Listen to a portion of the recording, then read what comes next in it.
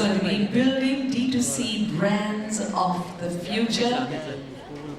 And if that was the theme you were looking for, you're in the right place at the right time. Over the next 50 minutes or so, our panel is going to direct us down that path. Moderating, we have with us on stage Priy, Ranjan, co-founder and CEO, Shopflo. A huge round of applause as he joining us on stage, our panelists, ladies and gentlemen, they're here. So we have to keep the applause going as I quickly introduce our panelists. Iffat, Jivan, business head, Edamama. Priy, Shirsat, Satam, founder and CEO, FOReT. Hitesh, Rathi, founder, Aadvik Foods. Aditya Agarwal, co-founder, Campus Sutra. Akash, Sharma, co-founder and CEO, Farmley. Sarvesh, Pande, co-founder and director, DearCows.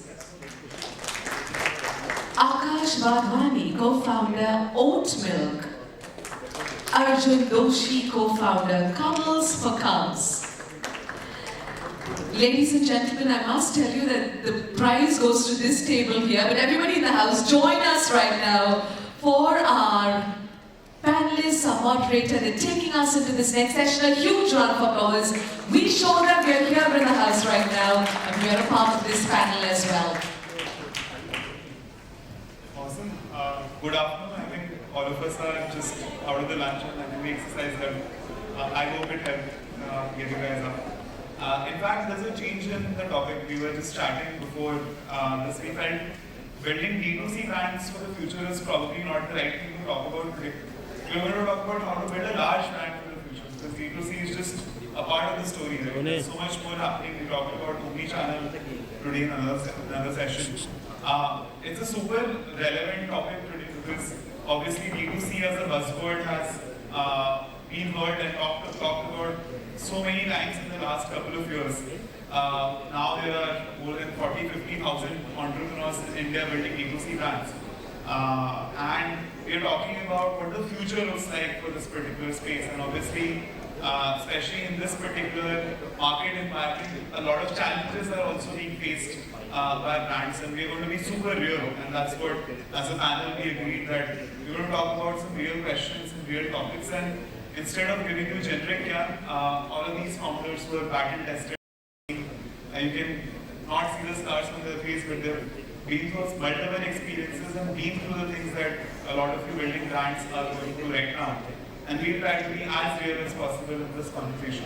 To kick things off, we will start with a round of introduction. I am personally very fascinated about origin stories and how, as an entrepreneur, you decide to dedicate your life to one thing. We will start our introductions and share a little bit very quickly about our origin stories. Maybe I can get started. I am Ranjan. I'm one of the co-founders at Shopflo. We help D2C brands solve one of the biggest problems that they are facing, which is customer acquisition cost, by picking up the traffic that they are bringing very expensively from Facebook, Google, and other channels, and try to help them make more revenue from the same. We started out with a checkout product where we basically help convert more and more people who have almost decided to buy but still don't end up buying by reducing friction in the process, building more intent and trust. We allow you advanced analytics and visibility into why customers are dropping off and sort of solve that problem as well. Reach out to us, sign up on shopflo.com if you're interested. A little bit about my personal journey, how I got started. Before this, I used to be at a VC fund, Elevation Capital, focused primarily on their D2C investing practice. So met roughly 1,000 brands in the span of a year and a half. Saw this space to be super exciting. People were really passionate about building brands and sort of products, but realized that tech isn't something that is necessarily their forte. And building tech for them got me excited, and that's where Shopflo began. Maybe if you can go next. Hi guys, my name is Iffat. I'm the part of a brand that actually took, I started off in something that was not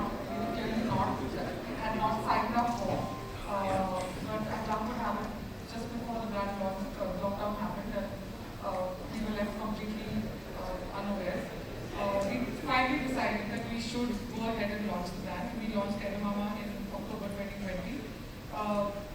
I mean, we were surprised at the scale that we managed to reach. We still are over the last 2 years. It's been a crazy and exciting journey for all of us.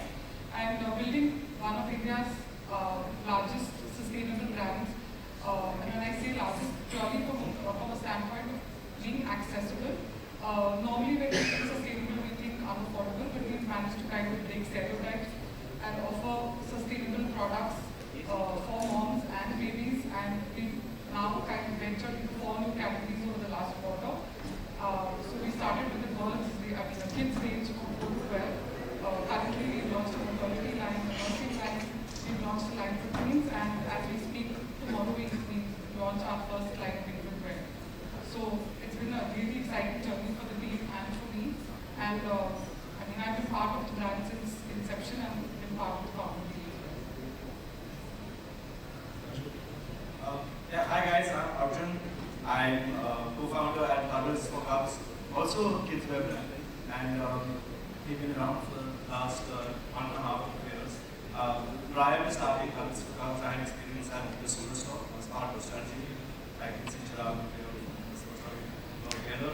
And Sutra was an amazing experience. My first experience actually first experience as well. I graduated from college, started off as part of strategy event. So and I fell in love with what direct consumer had to offer them, and offer them is a big part of it, because you could acquire customers very easily. Everything you did turned to magic back then, right? Like, anywhere between 400, 500, 700 rupees from that. That became kind of my fascination on how to optimize and basically find different segments of customers. I was as part of the whole redemption program, the exclusive membership over there, which basically made me feel like, okay, I want to do this because of my own brand. And that's where Cuddles for Cups came out, where a gender-neutral kids clothing brand. Positioning, of course, is shifting as we understand our customers' needs better. But now I have a creative bent, so I enjoy brand building from a visual perspective, from actually being involved in some production as well. And yeah, that's my story. Hi, I'm Akash. I'm founder of Farmley. We are a dry fruits and nuts brand. We basically take and bring dry fruits and nuts from across the globe, process them, ensure that there is no adulteration, completely hygienic products, package them in consumer brands, and then we basically take it to consumers. Personally, for me, I come from a very small town in Rajasthan, and my ancestors, we had been into the mustard agri processing business. And since my childhood days, I was fully fascinated by how much value we can add into the lives of the farmers, as well as into the lives of the consumers, even with the slightest bit of processing value addition when it comes to agri commodities. A mustard, let's say for example, selling at 25 rupees a kg, when it really becomes mustard oil and gets packed into a fortune mustard oil 1 liter bottle, it gets sold at 150 rupees a liter bottle, right? And both the parties, the farmers, if they produce better qualities, are actually able to, get better realization for their products, and the consumers get a good quality consistently. So this was something which was very close to my heart, and I wanted to do something in this space. Dry fruits and nuts as a category, when we entered, was something which was very naive, it was still emerging. The proximity of the category to the health and wellness and overall well-being was still evolving, and there was still no national level brand. And we saw this opportunity to work closely with the farming communities of India as well as abroad, give them better incomes, make that social impact happen, and in this process also give something meaningful to the end consumers. And this is why we exist today, to give healthy nutrition to our consumers while we are able to work for the benefit of our farmers. Hi, I'm Supriya. I'm the founder and CEO of FOReT. We are a women and sustainable fashion brand. Well, for me, FOReT did not happen overnight. It was a thought I was simmering for a very long time. So, to put things right from the beginning, I've always been fascinated, and since childhood, we've always lived life in a very sustainable manner, if I have to say. And that also extended to the way I wanted to express myself when I'm outdoors. And when I was working in aviation earlier, and I always thought that aviation contributed to the world's pollution. But surprisingly, it's not that, but it is fashion. And while I was trying to also incorporate fashionable items which are organic and which are earth-friendly, I realized that there is a gap in the market, especially when it came to accessories. But why is there a gap in the market? Because customers do not look at an eco-friendly product as a fashion product. So when you go and buy a product, you don't think, hey, is this eco-friendly? You first think, hey, does this look good on me? And that's where the narrative had to change. And I waited as a consumer, waiting for a brand to do that. It did not happen. And so I started doing some research. I went and I met people who were making plant-based. They just started in 2014, 2016. And I went and I met people in Europe. I did a lot of research in Asia. And this was all because I was very curious about this space. And I still did not find any answer which was ready-made. And that's when I started experimenting with a product and trying to see the viability. And we launched FOReT in 2019 as an experimental mode, trying to understand from the consumers if a product like this would make sense. There was no chatter around sustainability, there was no chatter around veganism at that point. And today we do jewelry, we do handbags, accessories from Cork, which is very famous as wine bottle stopper from Banana. And if I have to say this, that today our jewelry is organically chosen by Bollywood celebrities. It just shows the validation that the product brings, that okay, eco-friendly can also be put into a realm of fashion where it can help to create a better future. Hello everyone, my name is Sarvesh. I am the co-founder of an organization called as DearCows and the second organization called Hitesh. How we started was 10 years ago. I was 20 years old, studying in nursing. And while traveling, I got quite fascinated by the rural communities and the good quality of food that they were having for a good life. So I thought that while living in urban cities, our accessibility is not as much as it should have been. And we've only been hearing stories around it that my grandfather used to have this. We were connecting over old bonds that somebody had created for themselves. So that's how I opted out of my education and we started the ventures, which is DearCows and Hitesh. What we do at DearCows is we are working with the cowherd pastoral communities across India. And in Mumbai, primarily we are supplying A2C all across Mumbai. It's a D2C brand. And what we focus on is, in a very simple fashion, is as if you have your own basic cow at your house and you're getting milk at your home. With Hitesh, it's a health foods based brand. Again, while traveling, we met other farmer communities also across India. And we thought, why not work with them on very high quality products which our ancestors used to call as medicine. So a Lakadong turmeric from a place called Lakadong in Meghalaya is the best of turmeric that you could possibly have across the globe in the world. So that's how we are curating different native superfoods. I would call it as foods, but right now the brand word is superfoods, so I would call it as superfoods. And we have made sure that it is in plastic-free packaging, and we are also doing exports to Singapore and different countries. So that's our story. Hi everyone, I'm Iffat. I'm Aditya, the founder of Campus Sutra. We are the biggest footwear fashion brand in the country. We started in a content with a booth bangla in Bangalore because the rent was the cheapest. 8,000 रुपए में शहर के बीच में office मिल गया था हमें 400 square feet का. And that's how our journey started. We are on track to do about 350 crores in revenue this year. And I'm very thankful for having me here and thankful to be in this era of D2C. Hi everyone, my name is Akash and we make milk from oats. And so it started with when I was working in London. So I'm a computer scientist and a data scientist and I was crunching numbers. And I was working with Rolls-Royce in London. And that's when I realized there was a huge gap in India for milk. So from computer science, now I'm selling milk in India. So I'm a milkman now and we sell to all the top places in India, like you name it. Golf clubs, hotels, offices, we're there. And we started exporting B2B now.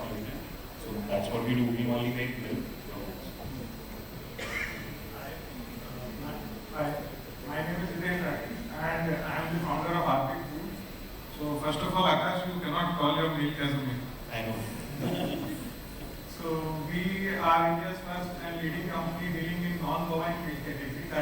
includes camel, goat.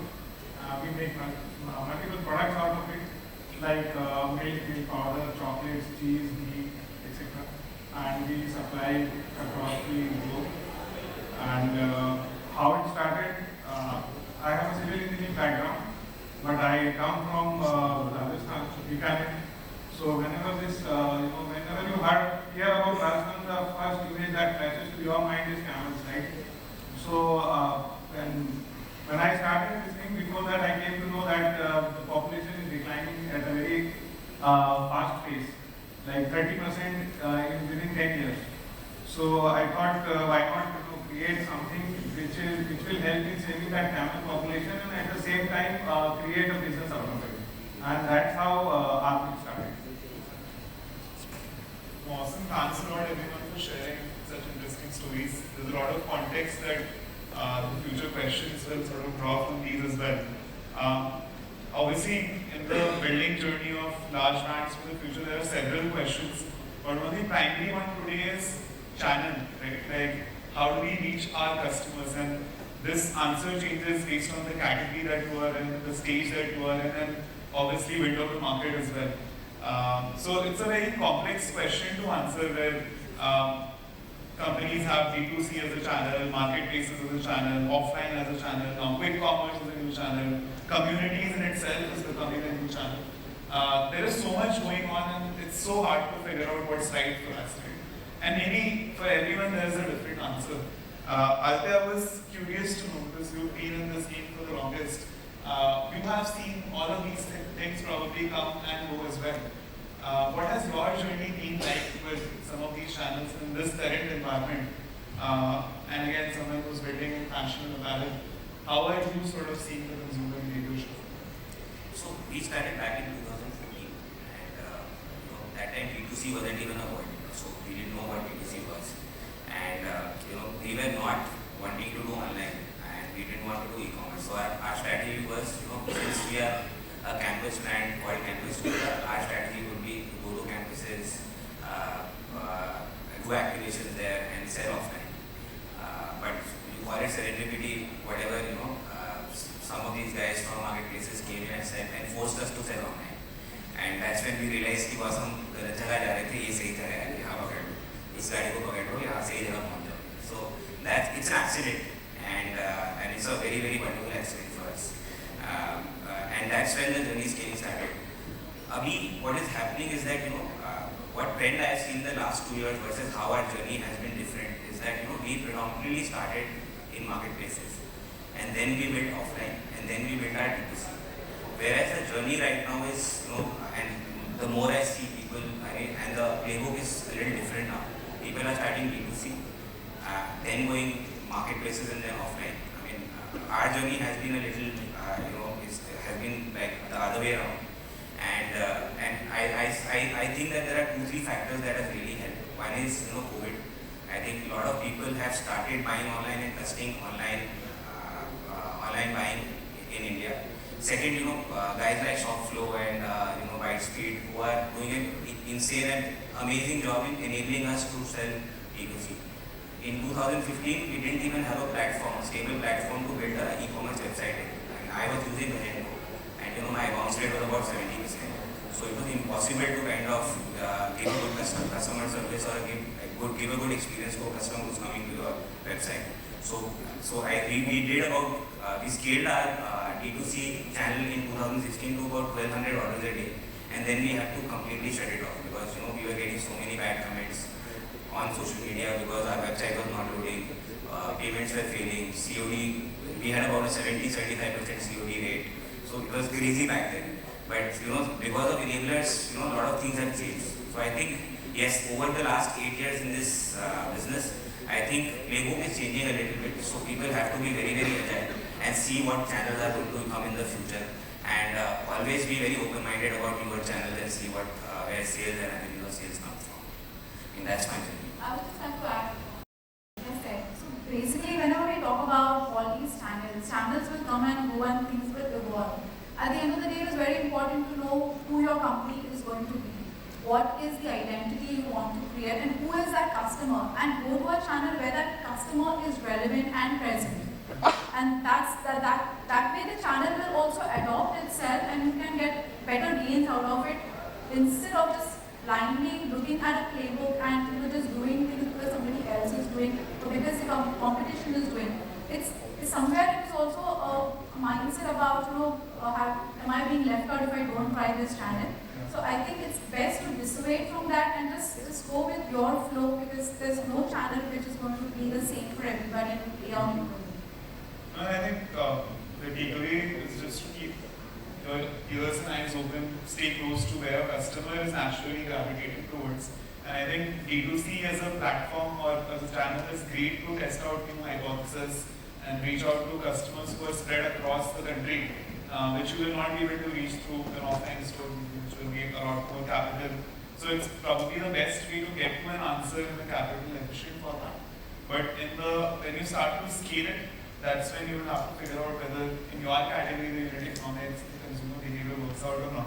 Arjun would love to also sort of talk about some of the challenges that these channels are sort of bringing in, and maybe you could also cover as a part of that how you have, as a slightly more earlier in the journey, brand experimented with these channels, learnings from it. So, definitely happy to share some things. But before that, I want to actually comment on something that I just observed, where we hear from the fashion industry, we hear from alternatives. It's funny that there's even commonalities that we could be discussing from such diverse backgrounds. And I think the playbook is what often ties us together in terms of how we are approaching our businesses. And that playbook is sometimes set by the channels themselves, that they look set by the venture capital or various other institutions.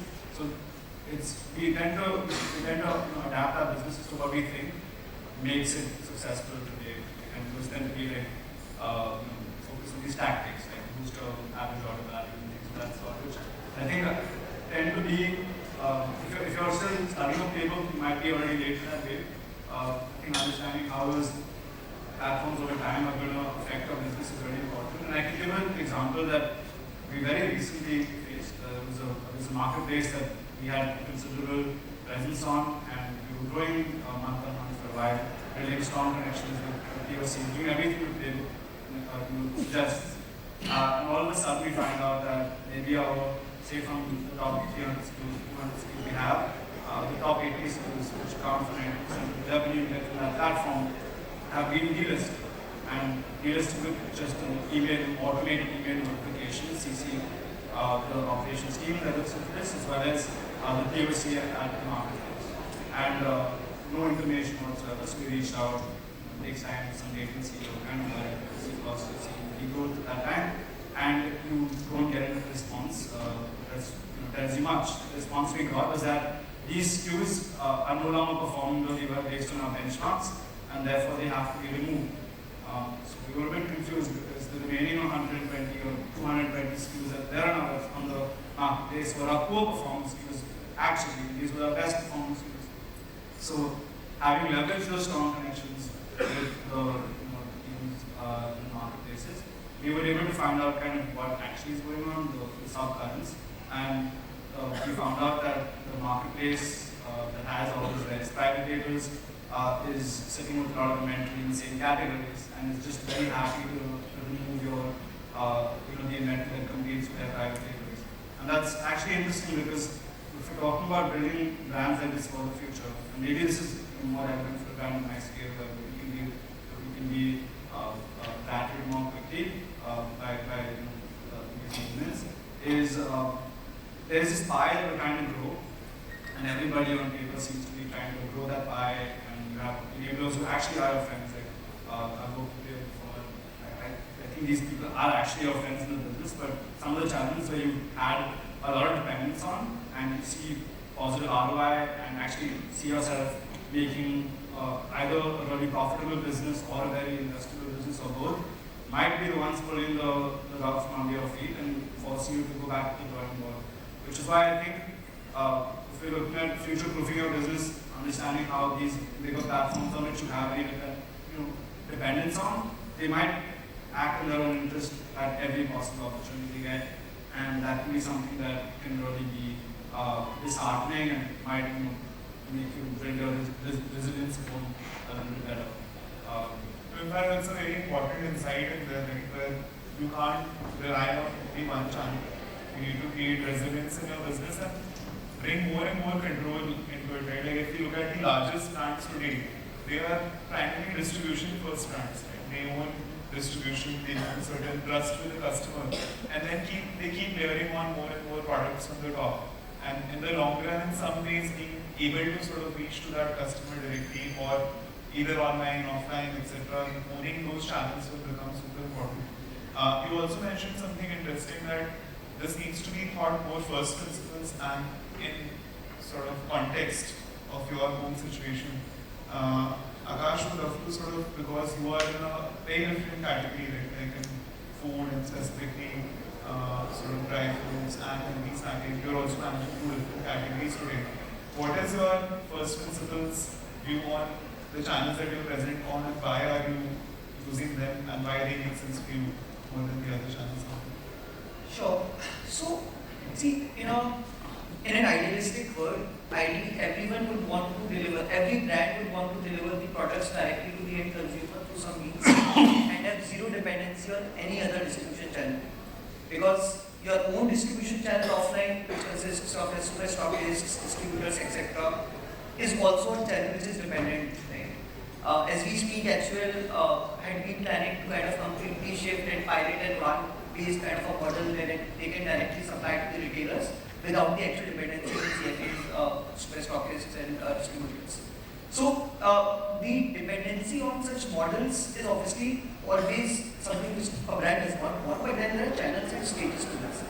So as a brand, for example, in our space, in food space, when we started, the first thing we would want to do is reach a certain stage, reach a certain volume with minimal cash burn and the best consumer feedback to basically come back to us so that we can evolve our product portfolio. So this was our first, going by the first principle, this was the first thing that we wanted to do. Now the D2C channel, the e-commerce channel made more sense to this. So e-commerce was the first channel that we went to. Now while we were there in the e-commerce channel, we were still scaling up. There was a new trend of the quick commerce channel, of course, which kind of came in. We had to also kind of get to the quick commerce channel. Again, much more than the e-commerce marketplace channels, the volatility and the dependency on quick commerce is even much larger, right? Because there they have very limited scope of the number of brands that they can keep. So if let's say in your category, if they keep some other brand and they don't have any other space left and they are performing very well, you are essentially left out. Also, if you are the brand that they kind of chose and you have scaled up pretty fast, now you are completely dependent upon that channel. What they ask you, the SKUs that they want to keep, the price ranges they want to keep, the MRPs they want to keep, all these things are, your basically decision making is now being derived from the business model of a very fast and honestly still evolving business model of e-commerce, right? So that's the second channel. But again, given the age and where your stage of your business, you will essentially be right there. The third would be once you have done your basic pilot size, once the product portfolio is established, and still 90% of the market, still buying from the offline channels, next best step is to get offline, right? And I was hearing the other panel, before this, which specifically mentioned about not really taking all the SKUs of the offline channels, being very, specific to the kind of SKUs we are taking to the offline channel because it's an inventory business, etc. So, taking your top performers, what we call as hero products, onto those offline channels, building the basic distribution through those hero products, and then increasing the average order value over a period of time. Right? And then, of course, other channels like exports, government, consumption, etc. All those things are kind of also come in. So, really, depending on which category, what we want to achieve, and which stage we are at, these three things would matter. At the end of the day, in an idealistic world, 10 years from now, we would ideally want to have something like our probably own stores or DTC stores, where we are also getting consumer data, we are supplying to the end consumers, they are getting the feedback directed, everything is owned by us, we there are zero dependencies. But unfortunately, we don't operate in an idealistic world. So we will always have dependencies on external functionaries, and the best way to mitigate it is to have multiple distribution channels, is to have good controls, and not have at least more than 20% of your sales coming from just one distribution channel. No, that makes a lot of sense. Hitesh, I think you could talk about, in your context where you were also building a new category. We have someone selling OatMlk and sustainable fashion, so I would love to hear your thoughts. Thank you. First of all, I would like to comment on the e-commerce platforms which you were talking about. So I earlier panelists mentioned that challenges. Sometimes you have to swallow the bitter pill. It means in your journey there will be many times when your account gets suspended, your listing best sellers, they are out of stock or whatever they are doing. They can do anything, and most of the time it is also technical glitches also. But we should also look on the brighter side. For us, they have been very helpful. As with my friend over here, for them also it was very good. For us also, they have given us our bread and butter, right? But you should also see the plus points. Means payments, for example, it is very seamless and very smooth. Which if you talk about in the offline channels and all, it is not there. Visibility, practically like entering into any business through these platforms, it costs practically nothing. Those are the things which we should also think of.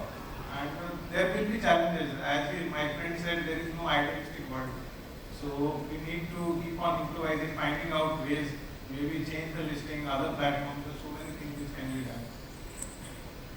No, honestly, obviously, reducing the cost of getting onto these platforms and all of this put together is enabling entrepreneurship to happen in such a big way. And now you think of an idea, you don't need to just keep thinking about it. You spend maybe a couple of months, you can actually put it out there and test it out. Akash, in something like creating OatMlk, which is an emerging category, how did you think about channels for your business? So for us, when we started, we did not have a lot of money in the bank. And everywhere we went, everyone was like, okay, pay us listing fees. Or ads on Instagram are very expensive when you start away. And it does not convert, it hurts a lot. So then we went to places where we could sell our product for free. For free, I mean, there is no listing fees where the barrier to entry is a lot where everybody is not entering. So that's where we entered the cafes, the hotels, and the offices, where the barrier to entry is a lot. So if anyone comes, if a big brand comes late, it will take them time to actually be where they are today. And with low capital, that was the best way to go. And as Sir rightly said, the money is a problem. The working capital gets crunched in the middle. That's why people prefer D2C. But D2C, I feel, is a tough man's game, where you have to be very tough to actually crack it.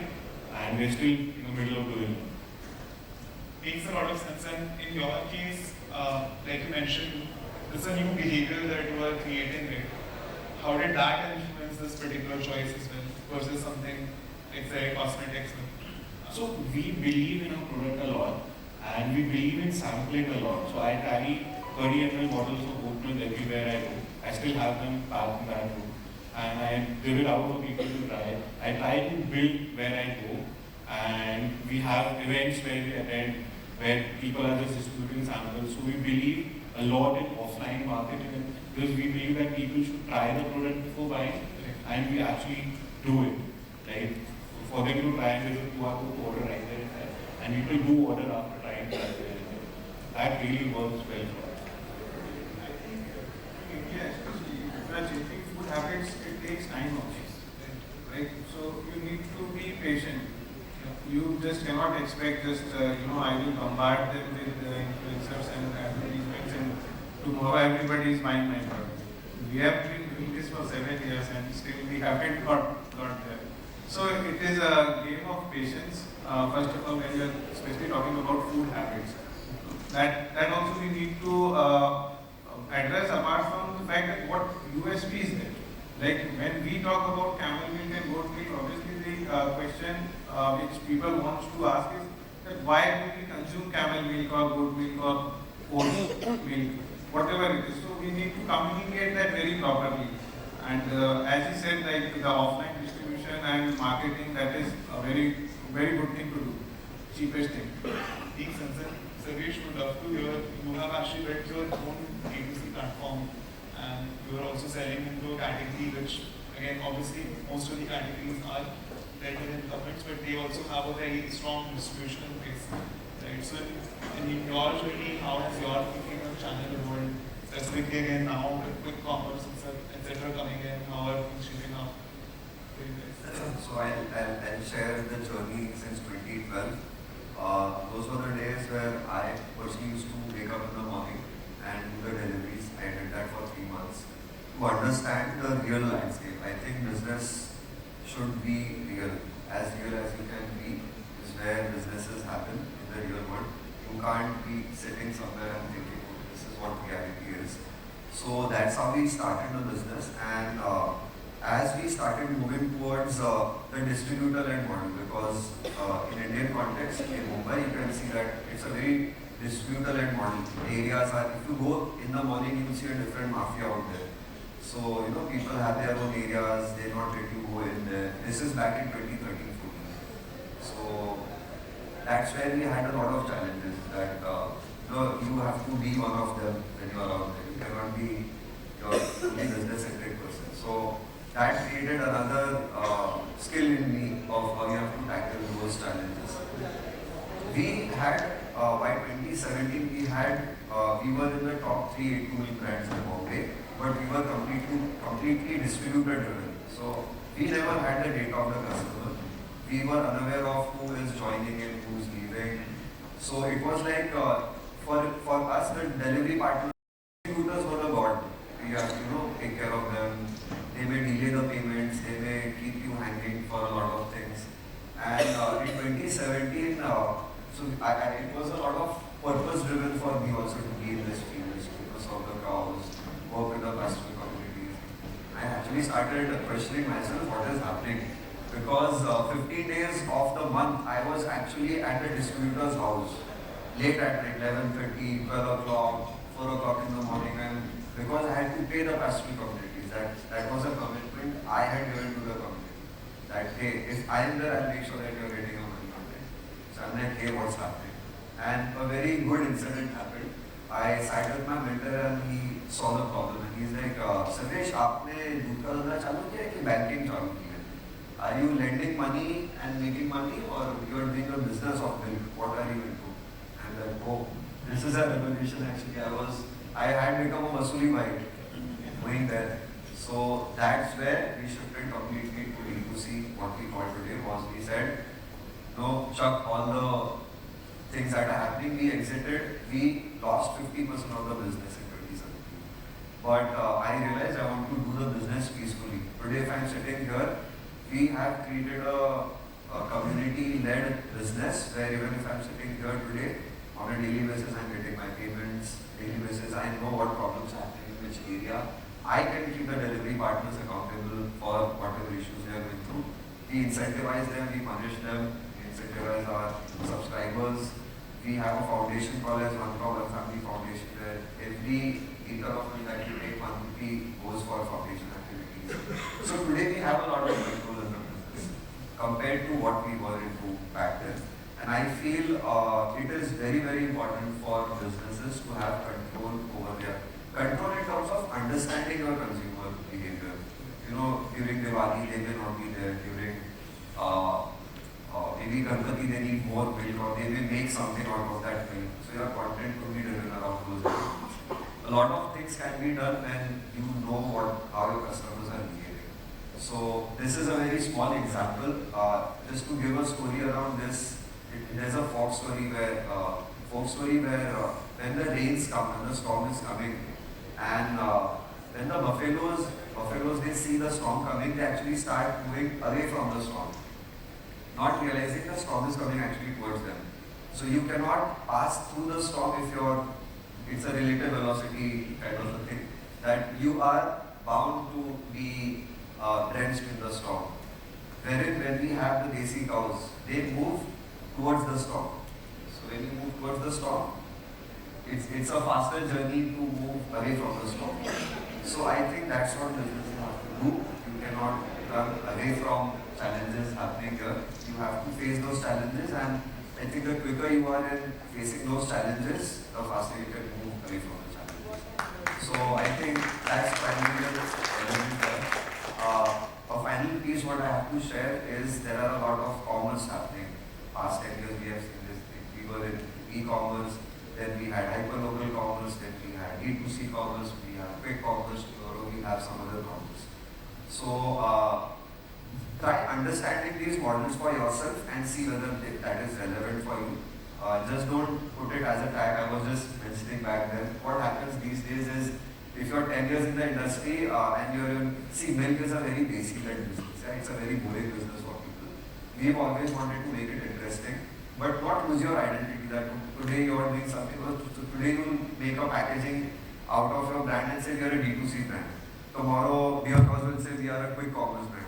I think focus on what is the nature of your business and pick. You can name it anything, whatever you want, but let it be your individual business driven rather than an investor driven model. Because what happens is investor is saying quick commerce, so you move around and start building your business around quick commerce. I think that's a very dangerous thing to do.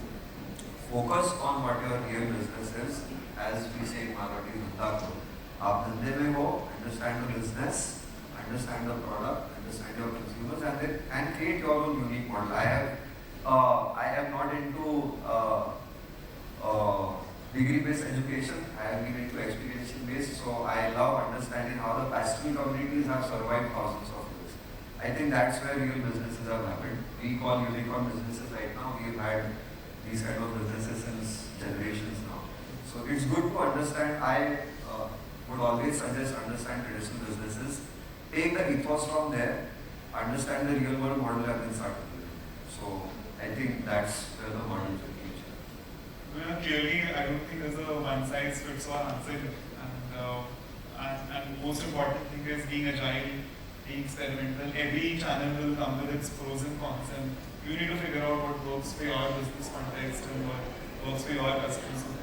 We keep listening to our customers, but what you said about staying true to the core, and I mean, in fact, even identifying and defining that core really well is very important. In fact, that brings me to the second topic of discussion, right? Like, now that the barrier to entry is so low, we need to be very clear what do we really stand for and what do we differentiate on. For FOReT, you are obviously taking a very strong stance against whatever is out there, and betting on a huge shift that we've seen happen across globally. How did you take that decision? What does sustainability mean for you, and in the long run, how closely is this going to be associated with it? Well, sustainability is not a buzzword. It's actually a reality. Climate change is for real. As much as we may like to say that ignorance is bliss, but it certainly can't be the case. And when we are trying to talk about D2C brands of the future, who is this customer of the future? Let's understand. A customer of today is somebody who is growing in an environment where there's a constant talk happening about environmental issues, about climate change. They are trying to see a future where all these things do not exist for them. And they are going to look and they are asking these questions today about where is this brand made, who is behind it, what is the purpose that they're trying to solve. And this is not only to fashion, but it is also across industries, be it architecture, be it aviation, be it packaging, and you are seeing these nuggets here and there. Now, what I would like to say is that do not take sustainability as oh my God, this is such a big thing. It is not really. Every business, be it a new entrant or be it an established company, try and fix at least a small problem in your company, be it packaging. Because a little bit of everything does help. Because today, if you look at it, it's actually an ecological crisis. When you're talking about so much of plastics being in use and the microplastics that come out of it, we cannot say, and when I talk about fashion, everybody thinks fashion is the models walking on the ramp. No, we're not talking about that. We're talking about the clothes that you and I wear. We're talking about the shoes that you and I wear. Fashion today is considered to be the second most pollutant in the world because of synthetic materials. Synthetic materials come from a man-made factory where there is a lot of pressure put on the system. So the system to deliver has to extract that much of work from the workers. So what are we doing? We're spoiling the entire community, we're spoiling the environment. So when you are talking about sustainability, for us at FOReT, we are talking about building ethical, cultural and socio-economic values together. So today through our production, we're supporting 200 rural women artisans in India. They are marginalized women who get employment at the end of the day. We're talking about looking at ethical supply sources. We ask stringent questions when we are building a supply chain. And thankfully it's taken us a long time, but we have built a very strong backing of suppliers. And we do ask these tough questions because we are trying to build a resilient business which will help us take it to the future. We are trying to create a brand that comes out of India and is made for the global audience. So sustainability is going to see. Yeah, no, in fact, so this is one vector of saying that we are talking about building a brand which means something, right? And it evokes an emotion because of its purpose-driven nature, right? That's one way of sort of building a brand, and there's a lot more, right? You've sort of seen this journey for yourself as well. What are, according to you, the main ways in which you've been able to create a lasting impression on the customer? I think if you could build D2C brands for the future, it has to be at a scale. You need to build scalable brands. And in fashion, I think the biggest challenge is how to deliver the same quality of product to your customer. And that's the value that we really follow in our company. So for example, if a customer orders today and he orders a year later, how is the product quality and the experience going to be same? So in my opinion, I mean, you can build a fashion brand till 15-20 crores. In this scenario, it's easier, but scaling is a bigger challenge. Whereas in other categories, for example, where the manufacturing, the experience is very similar, it's very difficult to build a 10 crore brand, but to scale it to 100 crore is easier. It's tougher. So we focused on that, and what we also saw was people were taking a very front-end approach to brand building. So for example, what do we stand for? And while all that is important, we really focused on our back end. So for example, we really focused on the supply chain, how we could improve our supply chain. So हमारे चारों programme में कोई भी fashion से नहीं है, तो हमारे कोई पैकेज भी नहीं खाली हमें फैशन आता है, ये supply chain है, so that was a good thing to have. So we built supply chain based on common sense and we built it for D2C. So for example, our supply chain, we made about 108 innovations in our supply chain, which gives us the capability of, suppose if I like the shirt that he's wearing, I can bring it to market and sell it in 21 days. So that's one capability. Our fashion में सबसे बड़ा problem net stock होता है. For example, 3-4 साल पहले एक article था कि H&M had to crush $4 billion of products. We have almost a 99% sales. हमारा अभी तक in history of 8 years we've done only 1% net stock. We have a 45-day inventory level. We only keep 45 days worth of inventory. So, and this in turn gives us the capability of delivering consistent experience, and that increases repeat, and that increases scalability of the business. So my suggestion to anybody who's building a brand to scale, I think focus on the back end. Front end में आज आप B2C हो सकते हो, कल आप या फिर commerce हो सकते हो, परसों आप मतलब social commerce हो सकते हो, परसों and after that you can start building communities. But end of the day, if you don't give the right experience and so stand for consistency. I think whatever you stand for, but give it consistently over years to the customer. I think that's the main motto that we follow. That's a very powerful point, right? Because at the end of the day, brand is a promise. And if you're able to create a very strong backend to deliver that promise consistently again and again, that's a very interesting, different vector to sort of differentiate on. I think Iffat and Arjun, both you have chosen a very different customer segment, right? And would love to hear how you think about uniqueness and differentiation. I kind of agree with what you said. It's easy to create a brand with the number of brands that we have today on marketplaces. Every time you go and click on the marketplace, you'll see like another 50-60 brands that are mushroomed. So I think if you really are looking at creating a brand which means it's here to stay and which you have a long-term vision for, you really need to have a really strong key differentiator. there needs to be something that would want, I mean, a customer would want to come and buy. Why would they choose you over 2,000 or 3,000 other marketplace brands? So knowing your product and knowing how to position it, and what is the key differentiator? Are you here just to sell for the heck of selling and be another brand on a marketplace, or are you here to create a powerful brand for the future?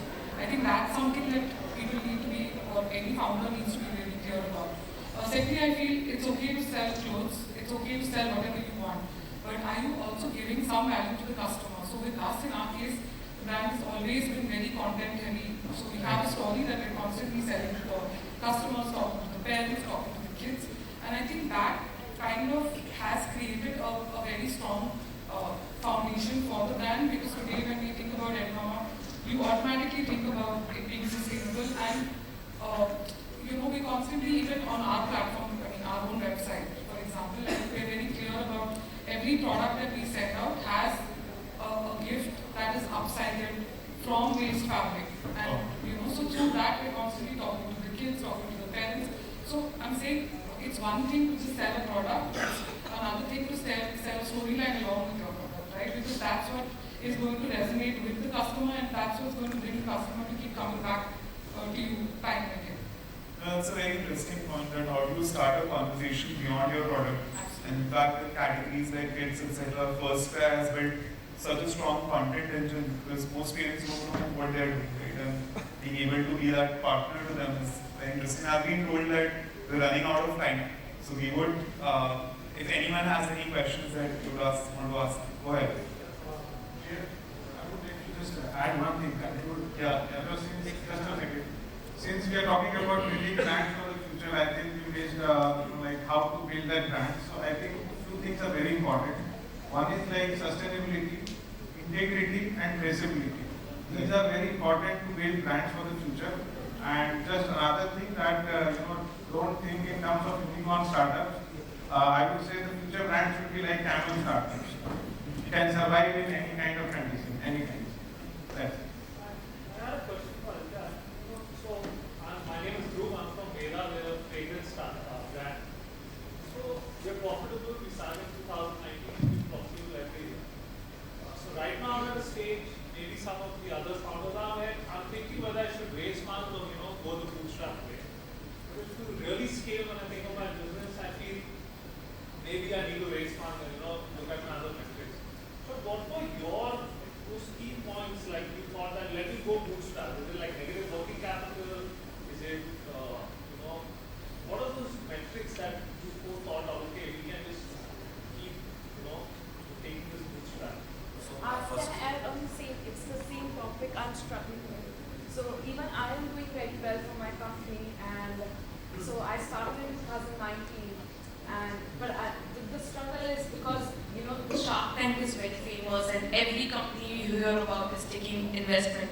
I personally don't want to take investment, but then I feel maybe I'm stupid enough not to take investment. So I'm really confused how to figure that out, because again, scaling is something I am struggling with too. I think first of all, nobody is bootstrapped by choice. I think everybody has their test with investors. Everybody, I think last 2 साल में सबको बहुत FOMO भी हुआ है. So वो हमें भी होता है. वैसे ऐसा नहीं है कि नहीं होता है. But in our journey there have been instances where we were raising funds is also an art. End of the day, and if you have 2-3 co-founders, then one co-founder always has to kind of be focused and do that, and then the others have to run businesses. But how we were structured, honestly, in my mental maths and business models, I never used to think कि मतलब पैसा बन करके my dad owned a shop in a small town in India, so and मैं दुकान में भी बैठा and मतलब वो रोज मतलब वो बेसन बेच के वो पेमेंट लेना है और I did that. तो मेरे को समझ ही नहीं आता था, to be honest. So when I also met investors, I used to tell them कि अभी मैं 16 करोड़ का हूँ, मैं 50 करोड़ का हो जाऊँगा 2 साल में, 1 साल में. And इस टाइप का I used to say that like this.